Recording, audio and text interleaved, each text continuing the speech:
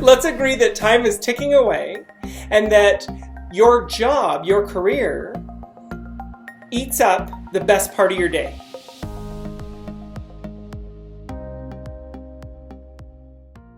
How do you know if you should leave your job? Hi folks, my name is Christopher Lawrence and I'm with changemylifecoaching.ca. Listen, if you're not sure if you should leave your job, if you're stuck, struggling, making that decision, then maybe we could just agree that time is ticking away. See what I did there? Should I put my head under the halo? I have a halo. Let's do this.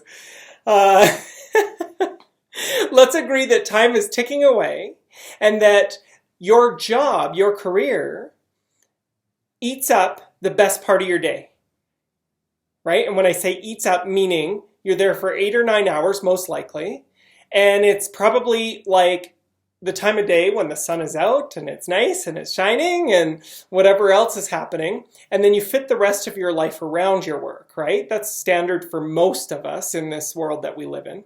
So the question is, should you leave or shouldn't you, right? And it can be a really tough decision. But here's what I would say about it.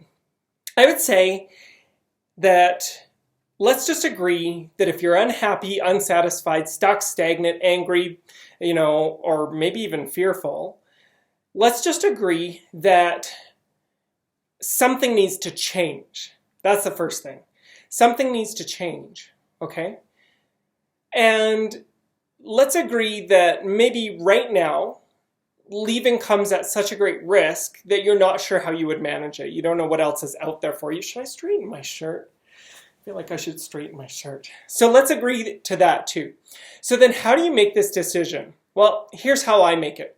I look at the 4 key areas for career that I work with my clients on. The first is tasks. So from a task perspective, just tasks, not people, not working with people, nothing else. Just the actual activities of what you do. Do you enjoy 60, 70, 80% of those tasks most of the time? So when I say that because you are in a position, if you have a job, you are in a position where you have the luxury of choice, right? If you're not working, your first job is to get a job, right? But if you have the luxury of choice, then look at the tasks themselves and say, do I enjoy most of the tasks that I'm doing, right? So separate it from all the other stuff, just look at the tasks. If you're kind of 60, 70, 80%, or you think you could influence some of the tasks to be more enjoyable, either changing your own perception or changing how you influence and negotiate with your leader and your peers, because sometimes people like work that you don't and you like work that they don't. So, there's things that we can do, right? It's a skill to be learned, but if you're 60, 70, 80% and you see an opportunity to influence, that would not be the reason to leave. It might be the reason to stay, right? And if not, that might be the reason to leave. The second thing that we look at is your value system. So I don't really care if your values match the company's values. That's almost impossible, in all honesty, because company values are oftentimes they're just words that are not practiced. And some companies do a really good job of practicing them, some of them don't. What I'm more interested in is what are your values around work and lifestyle that you would like to express in your life? And are you able to express them through this career? Are you in a position where you can express them most of the time? So if you value work-life flow or you value family time, but you travel 50% of the time, probably not a good job fit because you can't express that value. Do you leave or not? Well, that kind of depends on those 2 things and 2 more. Together, you look at the whole picture. So look at your entire value system. This is also where interpersonal relationships come up.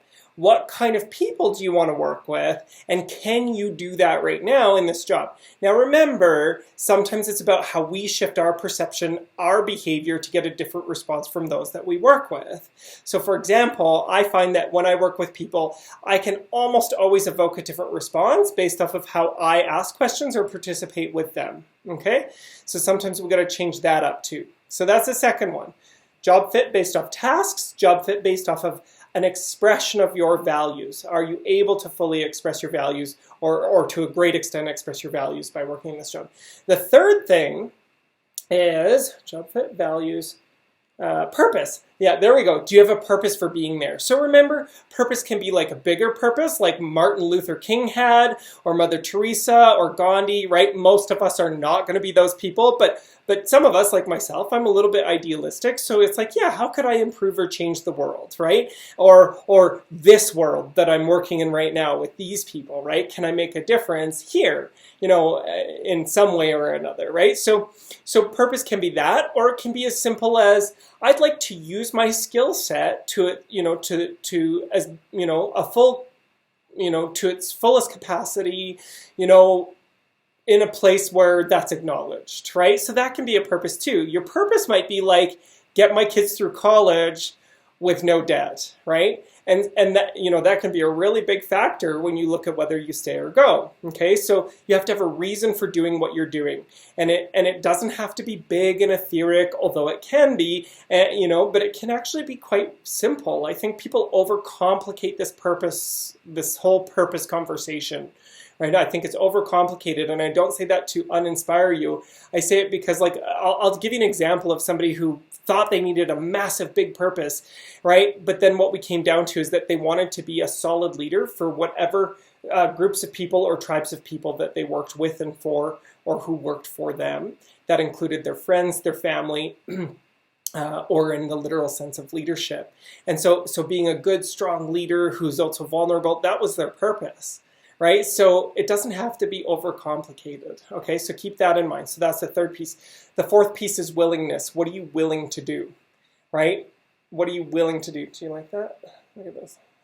Okay, so what are you willing to do? Willingness plays a really big role. Are you willing to negotiate with your current employer or people so that you can get even more of what you enjoy and love? Are you willing to go out there and start the job application process, right? And there's a whole bunch more to think about with willingness, but that's a really key piece. So what I would say is those are the four things. Hopefully you took good notes. If not, watch this video again. And we should have it transcribed on our website, changemylifecoaching.ca, and maybe start to answer some of those questions. And if you struggle with them, that's a good time to book a strategy session with me, and we can kind of get you figured out. So Christopher Lawrence, changemylifecoaching.ca, and we'll see you later. Have a good day.